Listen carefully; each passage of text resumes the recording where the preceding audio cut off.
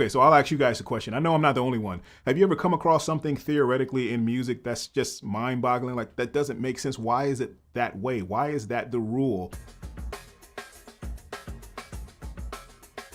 So, the difference between a minor 6 chord and a major 6 chord. Let me just play it for you. That is a C major 6 chord played on the bass. We have the C, we have our A, and then we have an E. So we have the first note, 6th note, and the octave of the 3rd note. But if I wanted to arpeggiate this and play it as a full chord, I will play 1, 3, 5, 6. Okay, so that will be 1, 3, 5, 6. It's not a 7 chord. You don't include the 7 chord in a 6 chord. Okay, if that makes sense.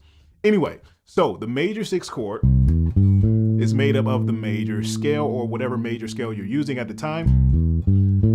That 6th note needs to be in there, that A. So that's why we will play it C, A, E on the bass, or we can play it a different inversion, but this is the normal way to play that chord on the bass.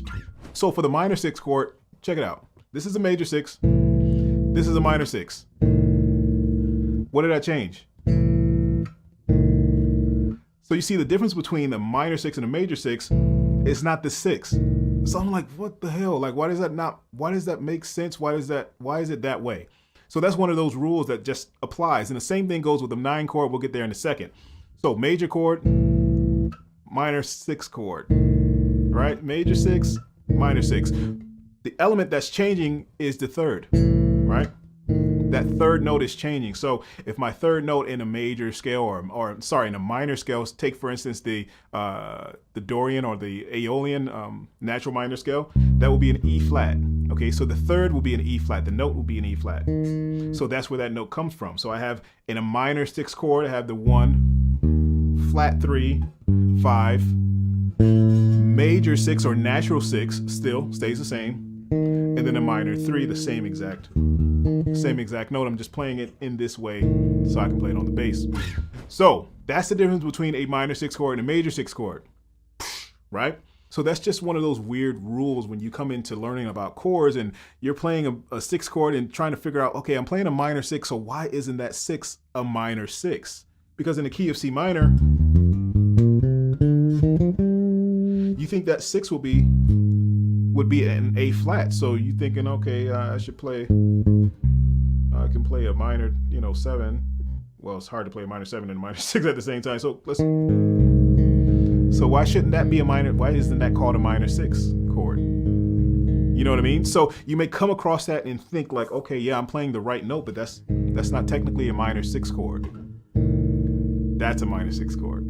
Okay.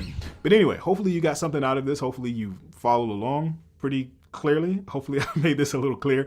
I'll make it more clear with things that I'll put up on the screen as well. But anyway, if you have any more questions or want to learn more about the chords course and just in general, or just chords in general, which is a huge, theoretically is just a huge world to be in. Once you start learning about chords, it'll open up your mind that much more to figure out what you can do and be and, create as a bass player. You have a foundation of what to use musically along with the band. You don't want to just be the bass player that's just playing root notes and only knows that I can only play the root note and not know any other notes that you can play inside of the bass line. So yeah, we don't want to be that bass player. I'm here to help you with that. So make sure your notes are coming out clean, clear, and precise like I always say, and I'll catch you guys in the next one. Keep it funky. Peace.